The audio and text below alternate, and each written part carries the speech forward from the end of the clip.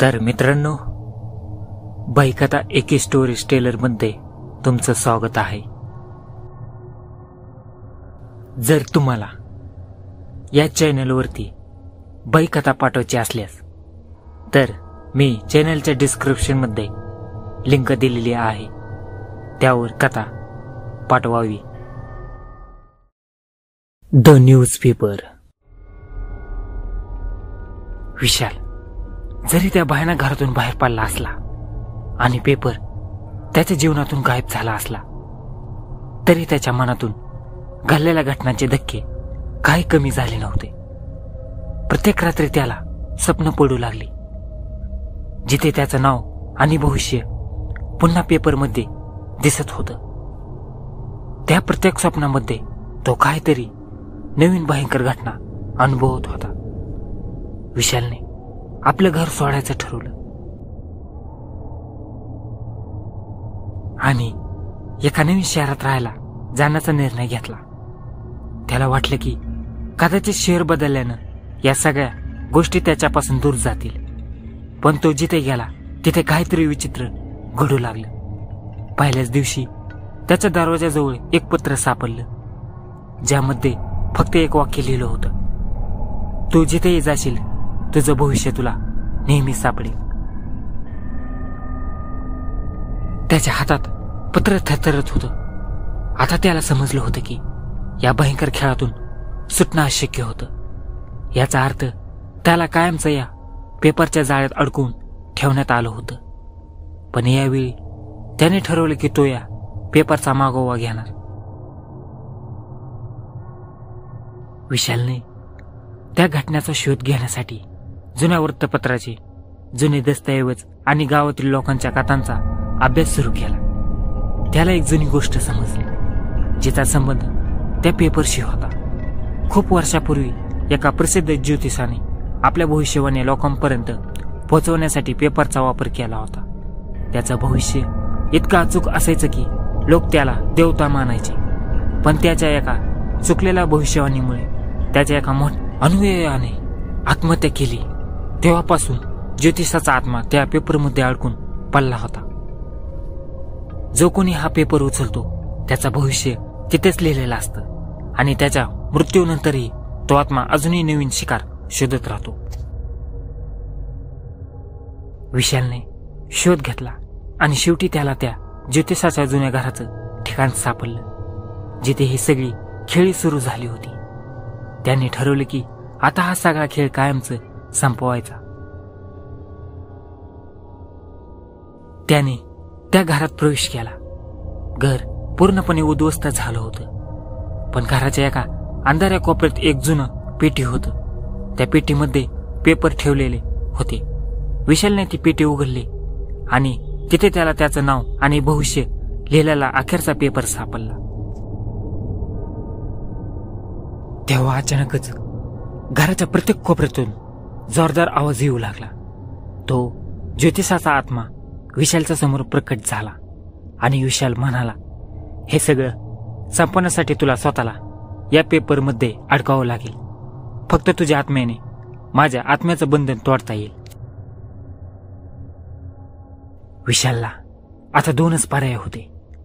एकतर तो स्वतःचा बलिदान देऊन हा पेपर कायमचा संपवू शकतो, किंवा तो आपलं भविष्य स्वीकारून या पेपरच्या बंधनात राहू शकतो.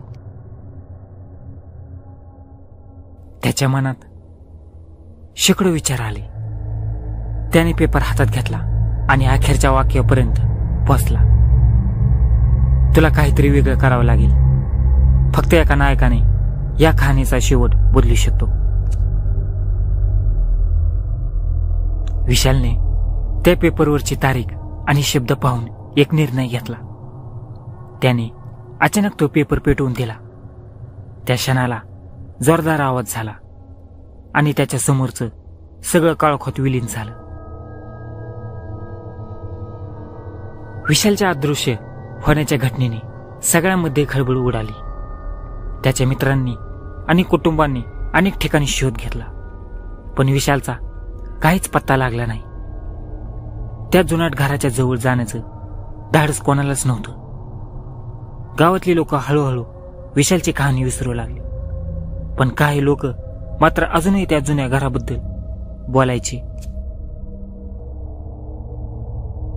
विशालच्या अदृश्य होण्याच्या काही महिन्यानंतर गावात एका अनोळखी माणसाचा प्रवेश झाला. त्याचा चेहरा अनोळखी असला तरी त्याच्या डोळ्यामध्ये काहीतरी ओळखीचं होतं. त्याने गावात एका जुन्या ओसाड पडलेल्या घरात आश्रय घेतला आणि गावातल्या लोकांशी संवाद साधायला सुरुवात केली. त्याचं नाव होतं अजय आणि तो आपल्या गूढकथा आणि भयकथांच्या शोधात असल्याचं सांगायचा. गावकऱ्यांनी त्याला विशालची कहाणी सांगितली. अजयला ती कहाणी ऐकून खूपच उत्सुकता वाटली. त्याने तत्काळ निर्णय घेतला की तो त्या जुन्या घराचा दौरा करणार आहे. गावकऱ्यांनी त्याला त्या घराच्या जवळ न जाण्याचा सल्ला दिला, पण अजय ठाम होता. एका अंधाऱ्या रात्री अजय त्या घराकडे निघाला. त्याने गावकऱ्यांना सांगितलं की तो या घराच्या रहस्याचा उलगडा करणार आहे आणि जे काही विशाल सोबत घडलं त्याचा शेवट शोधणार आहे. जेव्हा तो घरात पोहोचला तेव्हा त्याला घराच्या दरवाज्यावर एकच कागद लटकलेला दिसला. तो कागद जळलेला होता आणि त्याच्यावरचे शब्द अस्पष्ट झाले होते, पण शेवटच्या काही शब्दात काहीतरी भयंकर लिहिलं होतं. हा पेपर अजून जळालेला नाही. अजयने घरात प्रवेश केला आणि घराच्या आत असलेल्या जुन्या पेटीच्या दिशेने चालत गेला. तो तिथे पोहोचल्यावर त्याला त्याच जुन्या पेटीतून विचित्र आवाज ऐकू येऊ लागले. त्याने पेटी उघडली आणि त्यातल्या राखी खालून एक नवीन पेपर सापडला. त्याने तो उचलला आणि तोच धक्का बसला. त्याचं नाव त्यावर लिहिलं होतं. पेपरमध्ये लिहिलं होतं, अजयच्या शोधाची सुरुवात झाली आहे. त्याचं भविष्य अजून ठरलं नाही, पण आता त्याच्यावर नियंत्रण फक्त एका व्यक्तीकडे आहे. ज्योतिषाचा आत्मा अजूनही इथेच आहे. अजयने डोळे मिटले आणि त्याला जाणवलं की आता तोच या खेळाचा भाग बनला होता. विशालने जरी हा खेळ संपवण्याचा प्रयत्न केला असला तरी आत्म्याचं बंधन अजूनही तुटलं नव्हतं. अजयने तात्काळ घरातून पळ काढण्याचा विचार केला, पण तो जिथेही जायचा प्रयत्न करत होता तिथे पेपर त्याच्या समोर प्रकट होत होता. तो समजला की या खेळातून सुटणं आता अशक्य आहे. आत्मा अजूनही एका नवीन शिकाराच्या शोधात होता आणि आता अजय त्याचा नवीन बळी बनला होता. गावकऱ्यांनी अजयबद्दल काहीही ऐकलं नाही. त्याचं गायब होणं अजूनही एक रहस्य आहे आणि तो जुना पेपर अजूनही कोणाला दिसला नाही. पण गावात आजही काही लोक सांगतात की जेव्हा रात्री खूप शांत असते तेव्हा त्यांना कोणीतरी जुन्या घराच्या दिशेने चालत जाताना दिसतं आणि त्याच्या हातात नेहमी एक पेपर असतो. एक असा पेपर जो कधीही जळत नाही. त्या घराचं रहस्य अजूनही कायम आहे. कोणालाही कधीच कळलं नाही की त्या पेपरमधील आत्मा कोणाच्या पुढच्या जीवनाची भविष्यवाणी करणार आहे.